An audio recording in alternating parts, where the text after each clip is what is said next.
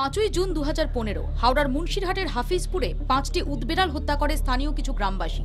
মাংস এবং চামড়ার জন্য হত্যা করা হয় বিপন্ন প্রজাতির এই ফিশিং ক্যাট বা উদবেড়ালকে।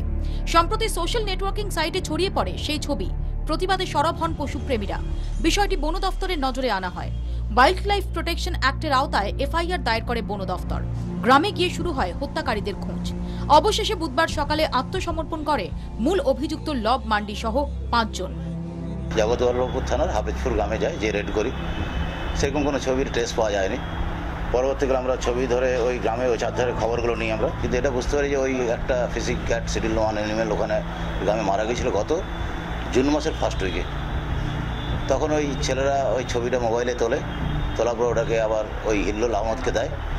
উনি আবার ওটাকে পোস্ট করেন ফেসবুকে। তারা যারা ঘটনাটা ঘটিয়েছিল 5 জন, তারা 5 জন এসে আমাদের কাছে সারেন্ডার করে। এর পাশাপাশি ওই এলাকায় সচেতনতা বাড়ানোর উদ্যোগ নিচ্ছে বন দফতর।